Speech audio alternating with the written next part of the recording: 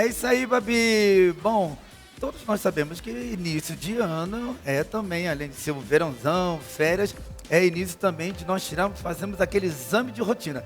Mas o mais preocupante de muitas pessoas é que determinado tipo de doenças que vem na nossa vida, ela vem tão silenciosa que quando você for fazer aquele exame de rotina, rapaz, bateu aquela enfermidade, vem o desespero. Estamos recebendo aqui no nosso sofá o doutor Alexandre Nishimura. Ele é cirurgião coloproctologista, que hoje ele vai conversar conosco sobre diverticulite. Você sabe o que é isso? Calma que você vai saber tudinho com ele aqui nessa tarde.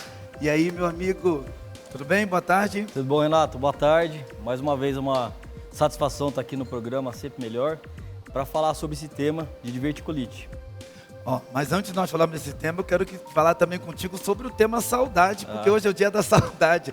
De quem que você tem saudade, doutor? Ixi, Renato, eu tenho saudade da época que eu pegava meus filhos no colo, hoje todo grandão, meu menino com já 12, casados? com 13. Não, novinho ainda. 12, 13 anos, mas saudade de pegar eles no colo, né, aquele cheirinho, já não dá mais. Mas por isso que a gente tem que aproveitar todos os momentos como se fossem os últimos, né? É verdade. É aquilo que nós falamos no começo do programa, que a saudade, ela é boa enquanto a pessoa está viva, não é isso? Sim. E por isso que eu falo, Renato, quando minha filha nasceu, foi a primeira, eu afastei do trabalho 3 semanas para me dedicar a ela. Se dedicar, isso. né? E aproveitar, sempre aproveitei meus filhos. Você tem cara de que é um tremendo paizão. Sim, sim. Duro, mas um paizão. Bom, doutor, vamos ao assunto. O que vem a ser diverticulite? Porque é um tema assim bem pertinente. Eu estava até comentando com o doutor Alexandre aqui no começo do programa. Determinadas regiões, até mesmo no Rio de Janeiro, não tinha ouvido falar, porque ninguém da minha família pegou esse tipo de enfermidade e pessoas próximas também não. E eu gostaria que você falasse para aqueles que não conhecem ainda essa enfermidade, falasse para a gente o que vem a ser diverticulite. Sim.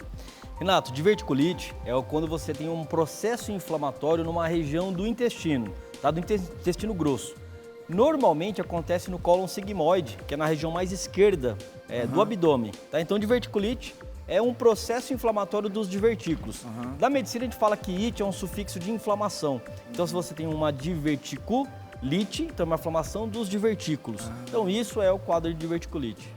E podemos dizer que, como você falou, que é causada aqui na região do lado esquerdo, é mais no intestino, não é isso, doutor? Isso.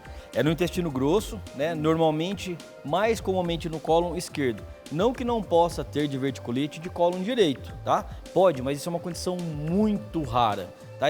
Por quê? Porque os divertículos do cólon sigmoide, que é do lado esquerdo, é que normalmente aumentam o tônus e a espasticidade, gerando a diverticulite. E como que se formam eles, os divertículos? Tá. Isso é muito importante, Renato. O divertículo é uma fraqueza, é um saquinho que dá na parede do intestino, no local onde a arteríola vai entrar para fazer a irrigação da parede do intestino. Então ali há uma fraqueza, porque tem um buraquinho que entra a artéria. Então, por conta do aumento da pressão dentro do intestino, acaba forçando para fora, esse saquinho ele prolaba. Então, essas saculações são os divertículos. Eu costumo dizer para os pacientes que divertículo é como se fosse cabelo branco do intestino. Então, quanto mais velho a gente fica, mais saquinhos brancos, mais divertículos vão aparecendo. Mas, você falou uma coisa interessante. Se quanto mais velho fica, mais vai aparecendo os cabelos brancos. Mas só que tem pessoas que, né, seus 30, 35, já estão aí com o cabelinho branco. Isso é verdade. Não posso afirmar porque você é o médico, mas podemos dizer que essa enfermidade, ela chega na vida da pessoa bem cedo? Pode chegar, Renato. Assim, mais comumente são nos pacientes mais velhos, tá? Mais vividos. O normal. É o normal. Sim. Estatísticas demonstram que 50% dos octogenários, ou seja, das pessoas com 80 anos, têm divertículo. Mas isso também pode acontecer em pacientes jovens. A gente já teve casos de pacientes com diverticulite, né, com 25, 30, 40 anos. Sim, tá? Pode acontecer. Por isso que a gente fala que medicina não existe sempre e nem nunca, né? A gente pode acabar acontecendo isso. Até mesmo no caso de câncer, enfim, diverticulite, também é uma coisa que pode acontecer em pacientes mais jovens. Entretanto, o mais comum são nos pacientes acima de 40, 50 anos de idade. Isso que eu te perguntar agora. Como você disse, o mais comum a partir dos 40. É mais comum em pacientes com mais de 40 anos. Mais de 40 anos. Isso. E possa vir a acontecer também daquele jovem que não cuidar da sua saúde e começar também mais cedo, não é isso? Sim, isso pode acontecer. Sim. Mas assim, diferente de outros tipos de doenças, a diverticulose, né, a moléstia diverticular, é uma coisa que vai acabar sendo inerente do próprio paciente, tá? Porque é a mesma coisa que você comentou do cabelo branco. Tem pessoas com 20, 30 anos já têm cabelo branco, verdade. tá? Divertículo é a mesma coisa. Às vezes, por conta da genética, por conta da condição do paciente, acaba tendo divertículo num quadro mais inicial. O que difere, na verdade, é a estrutura de vertículo e a doença de verticulose ou diverticulite, que daí vai impactar nas suas escolhas. Mas a estrutura pode acontecer independente do que você faça, né? Entendi. Porque é uma coisa mais genética. Entendi. Doutor Alexandre, quando você fala de genética, essa enfermidade ela pode ser hereditária também? Renato, Ou não. não? A diverticulose, ela não tem um fator de hereditariedade, tá? Até porque assim, a diverticulose é uma coisa estrutural e ela não tem fator, por exemplo, de malignidade. Ela não vira câncer, então ela não tem nenhuma estrutura nesse sentido. Até porque se a gente for levar em consideração a população, como eu disse, de 80 anos, 50% tem divertículo. Caramba, Você imagina, é bem alto, doutor, bem alto. essa pesquisa. Sim, é bastante comum. Assim como a gente falar que uma pessoa da terceira idade tem cabelo branco. Então é Sim. muito comum. Então isso tem a ver mais com envelhecer, tá? Entendi. E sempre aqui no nosso programa, sempre melhor, nós estamos trazendo aqui médicos que vêm falando sobre a área da saúde, psicólogos, vêm falando sobre a área da saúde mental, emocional. E é muito bom a gente estar sempre enfatizando isso, porque um dos fatores que traz a diverticulite na região esquerda do paciente é muito mais a alimentação, né, doutor? Isso, Renato. A alimentação ela impacta sim no aparecimento da doença. Por quê? Porque quando os pacientes eles optam por alimentos que prendem mais o intestino, os pacientes vão acabar tendo mais a doença. Tá? Então, se você come muitos pães, muitas massas, não toma muito líquido, não come fibras, frutas, verduras, você acaba fazendo com que o bolo fecal ele fique muito mais endurecido e no passar, né, no trajeto do intestino grosso, ele pode acabar gerando um atrito no divertículo e gerar um processo inflamatório, assim dando a diverticulite. Agora você trouxe aí mais esclarecimento, mas antes disso nós vamos estar mostrando para vocês umas imagens, né, relacionado à diverticulite. Olha aí, ó. Você pode explicar, por favor, doutor? Sim, ali está mostrando a porção do cólon sigmoide, tá? Aquela parte aberta ali é o cólon descendente e logo abaixo, aquela curvinha, é o cólon sigmoide. É a região em que mais tem quadros de diverticulite. Então aquela região que o cólon ele tem mais força, ele tem maior espasticidade. E aí gera mais quadros de dores abdominais e as diverticulites. Como dá para ver naquela imagem do lado, é a parte esquerda do abdômen, né? Naquela curvinha, então é onde os pacientes mais queixam de dor no quadro de diverticulite. Uau! Me disseram que é uma dor que parece que é pior do que pedra no rins. Tão forte, mais ou menos. Renato, isso, doutor? a gente costuma relacionar como se fosse uma apendicite do lado esquerdo. Então o paciente ele tem um quadro de dor abdominal intensa, ele fica com o abdômen bem sensível, pode ter quadros de febres, distensões abdominais, fica mais quente aquela região. Então a gente brinca como se fosse um apendicite do outro lado. Uau, olha aí. Ali também um divertículo, tá vendo? No lado direito da tela, já ali um processo inflamatório, do outro lado apenas a estrutura. Então essas saculações, quando inflamam, geram esse processo de diverticulite, que pode acabar se rompendo, gerando quadros de abscessos ou contaminações intraabdominais, extravasamento não somente de pus, mas também de fezes que está dentro do intestino. Então, através desses saquinhos que geram todo o quadro clínico da doença diverticular dos cólons. Uau! E esse daí, doutor?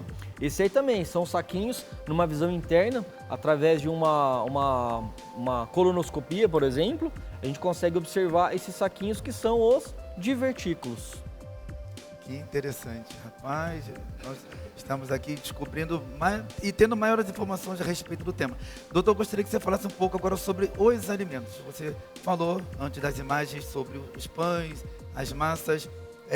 Quais são esses alimentos que a gente comendo em excesso e não colocando as fibras vai atrair vai trazer consequências lá na frente, como a diverticulite? Tá. Você Renato, fizesse uma relação dos alimentos. antes de até explicar isso, eu vou contar uma coisa que, na verdade, muitas das pessoas que nos estão vendo agora vão ficar com um ponto de interrogação imenso na cabeça. Porque sempre, quem teve um vizinho, um amigo, um familiar que teve diverticulite, teve essa informação de que não podia comer casca, semente, pimenta, semente, pipoca, tá? Isso, na verdade, os estudos demonstraram que não impacta no aumento da diverticulite. Então, quem tem doença diverticular dos colos ou teve uma crise de diverticulite, pode comer pipoca, pode comer casca, pode comer semente, feijão, pode comer essas coisas. Eu vi o contrário a respeito das sementes. Pode. Não podia comer semente de tomate, semente de determinados tipos de verdura, que não podia. Isso não impacta no aumento das crises de diverticulite. Ah, entendi. Isso, Renato. Lá atrás, há uns 10 anos, eu falava isso, mas os estudos começaram a mostrar meta-análises mundiais que não impactavam no aumento da crise. O que, na verdade, aumentava as crises é aqueles pacientes que realmente faziam uma ingesta de alimentos que pioravam o funcionamento intestinal, geravam o quê? Fezes mais endurecidas. Então, eu acho que o mais importante do alimento é você comer o quê? Frutas, verduras, legumes, como as nutricionistas falam. O prato ele tem que ser colorido, ele tem que ter 4, 5 cores. Vem vários nutricionistas falando sobre isso. Né? Então por quê? Para você ofertar o quê? Esses alimentos para poder formar o bolo fecal, deixar as fezes pastosas e acabar não gerando quadros de diverticulite. Mas acho que o mais importante do alimento, que eu acho que era importante, né, para quem não está assistindo, é falar que casca, semente, pipoca, milho, feijão, tomate, pode comer, tá? Isso não impacta no aumento das crises de diverticulite.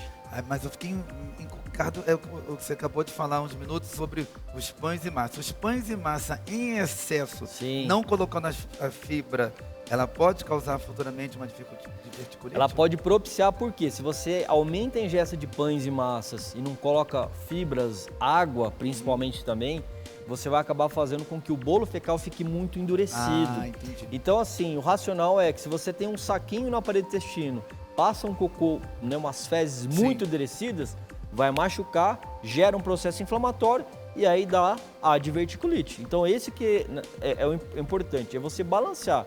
Não estou aqui fazendo apologia, você não comer pão ou massa, mas você tem que o quê? Equilibrar a sua dieta. Equilibrar e acrescentar também outro tipo de coisas saudáveis. Saudáveis. Botar um pão integral, um queijo, né? Se for comer um requeijão aí light, né? Balancear. E nós temos falado, como vocês aí são bem assíduos do nosso programa, todos os dias aqui no nosso programa nós falamos muito sobre alimentação. Não adianta, pessoal, nós estamos numa época da nossa vida, 2023, que nós precisamos cuidar da nossa saúde mental, física e a nossa alimentação, porque nós balanceando, fazendo uma boa balanceada na nossa alimentação, nós vamos estar evitando, né, doutor, com que nós vamos estar com determinadas enfermidades que, lógico, que você não quer ter essa enfermidade, ficar com dor, e muitos falam que essa doença é pior do que pedra no rins, é uma dor absurda, é isso mesmo? Na crise aguda, Renato, é muito dolorosa mesmo. Ela pode se agravar, a pessoa não cuidando? Pode. Se a pessoa, na verdade, tem um quadro de diverticulite, ela não procura um especialista, essa diverticulite pode romper, pode extravasar fezes ou pus para o abdômen todo, gerando infecções generalizadas. Então, quando tem um quadro de diverticulite, o importante é você começar o tratamento. Muitos dos pacientes, olha, mais de 90% dos pacientes, quando pega no quadro inicial, a gente consegue fazer um tratamento clínico, passa dessa fase aguda e aí depois a gente faz o segmento, que pode contemplar um tratamento cirúrgico ou apenas um segmento com tratamento clínico para o paciente. Hoje, Renato, a gente fala que o tratamento ele tem que ser individualizado. Então, cada paciente ele vai ter um tratamento específico para o seu caso. Não adianta eu tratar o João igual o José, igual o Mário. Fazer comparações. Não, a gente tem conceitos que são gerais, mas a gente tem que individualizar cada caso. E uma coisa importante, Renato, eu falar que no quadro quando a gente fala assim de intestino, todo mundo pensa colonoscopia, né? Todo mundo fala, o exame do intestino é colonoscopia. Quem tem diverticulite, a gente deve evitar a colonoscopia nesse quadro agudo. Por quê? Porque se o intestino está inflamado, a colonoscopia precisa injetar ar lá dentro. Então, se você injetando ar para poder enxergar, você destampona, você abre mais aquele buraquinho e você espalha mais a infecção. Então, no quadro agudo, a gente não pode fazer colonoscopia. Isso é uma coisa que eu deixo alerta para todo mundo aí. A gente faz colonoscopia depois de esfriar o processo, depois de 6 a 8 semanas, para fazer um preventivo e rastrear, para poder descartar que não tinha nenhuma outra coisa associada, como, por exemplo, o câncer de intestino. Entendi. Para quem está nos assistindo agora e está se perguntando, doutor Alexandre, eu tenho diverticulite. Quais são os tipos de alimentos que eu preciso me precaver, que eu preciso dar uma paradinha, né, para poder buscar a prevenção, buscar a cura, para depois voltar a me alimentar bem? Quais seriam esses tipos de alimentos, doutor? Tá, no momento, quem tem a diverticulite? no momento que o paciente está com diverticulite, eu digo assim, diverticulite é uma coisa aguda, Sim. tá? Lembra? It é sufixo de inflamação. Então, quando está com um quadro agudo, você tem que comer alimentos que fiquem com as fezes mais pastosas. Então, assim, não vai comer também frituras, gorduras, Sim, alimentos claro. pró-inflamatórios, né? Como eu estava comentando agora há pouco, açúcar, né? O açúcar gera processo inflamatório Enlatados também, doutor? embutidos, ultraprocessados. Sim. Então, na fase aguda, deve-se evitar alimentos pró-inflamatórios e favorecer alimentos que façam que as fezes fiquem mais pastosas. Para, não machucar mais o divertículo e 2, não gerar mais processos inflamatórios. Então eu diria que no quadro agudo, o importante é comer uma dieta mais leve, né? Algo cozido, né? Um arroz, um feijão, mas uma coisa mais leve. Nada muito forte, muitos molhos, frituras, gorduras, tem que tentar evitar isso na fase aguda. E quando você fala de doces, porque o doce, ele tira a ansiedade de todos. Quem é que não gosta de um docinho depois do almoço? E aí, doutor, falamos muito sobre pães, massas e frituras, e agora o doce. Tem que ser evitado, o doce light? Fala um pouquinho pra gente. Tá. Renato, o que acontece? Eu sempre falo para os meus pacientes que a vida não pode ser preta e branca. Eu já comentei isso também. Então, assim, se você comeu, tá com uma vontade de um docinho, em vez de você comer uma torta inteira, come um pedacinho. Sim. Se você vai comer um bombom, come metade. Então, quer dizer, se você precisa se privar de algum tipo de alimento... o momento, não é isso? Isso. Entendi. Tenha moderação. Por isso que eu falo, a gente não pode ser 8 nem 80, a gente não pode... Se a gente evita tudo, a vida fica realmente preta e branca e não tem graça. Entendi. Acrescentar, doutor, linhaça, chia, quinoa, na refeição, é melhor? É bom? Sim, é bom. Só que, Renato, eu sempre dou esse exemplo do cimento. Quando você vai fazer cimento, você tem basicamente o cal e a água. Se você tem muito cal e pouca água, o cimento vai ficar duro muito rápido. Agora, a mesma coisa da linhaça, chia, se você coloca muito e você não ingere líquido, as fezes vão ficar endurecidas e aí vai ser um problema. Eu já tive um paciente que chegou no consultório, comeu um pote de granola e foi no consultório no dia seguinte e falou, doutor, eu estava com o intestino preso, comi um pote de granola, piorou meu quadro. Eu falei, você tomou água? Não. Então, quer dizer, a gente tem que entender o racional para poder tomar as nossas condutas. Chia, linhaça são importantes, é bom, mas a gente tem que também fazer a ingesta adequada. Tudo em excesso faz mal, Renato. Entendi. Tudo em excesso, então nós temos que maneirar em tudo. Por mais que seja bom, que venha trazer uma qualidade boa para a nossa saúde, nós temos que maneirar, fazer tudo regradinho para a nossa própria alimentação, não é isso, doutor? Sim, com certeza. Tudo regradinho, tudo conforme as suas necessidades, seus problemas de saúde, né, o seu peso, tudo é importante para que a gente tenha uma longevidade e a saúde sempre em dia. Isso é super importante. E para quem tem diverticulite, ele também está mais propenso a ter um câncer de intestino ou não? Boa pergunta, Renato. Isso é uma coisa que muitas pessoas têm medo e têm dúvida e me perguntam. Quem tem diverticulite ou divertículo não tem o aumento da chance de ter câncer de intestino, porque a doença diverticular ou diverticulite não é uma doença maligna ou pré-maligna, tá? Então quem tem esse tipo de problema, fique tranquilo. Mas o que acontece é que alguns tipos de câncer, eles acabam simulando um quadro de diverticulite, por isso que depois de 6 a 8 semanas é importante a gente fazer um exame preventivo através da colonoscopia para afastar a presença de um câncer associado com um quadro clínico parecido com a diverticulite. Lembrando que o diagnóstico de diverticulite a gente faz no quadro agudo através, da história clínica, do exame físico, mas também do exame complementar importante que é a tomografia. Então na tomografia ela mostra um processo inflamatório, mas ela não consegue diferenciar o que é de fato um câncer, o que é um câncer inflamado e o que é um divertículo inflamado. Por isso que depois de um certo tempo a gente tem que fazer o exame preventivo com a colonoscopia.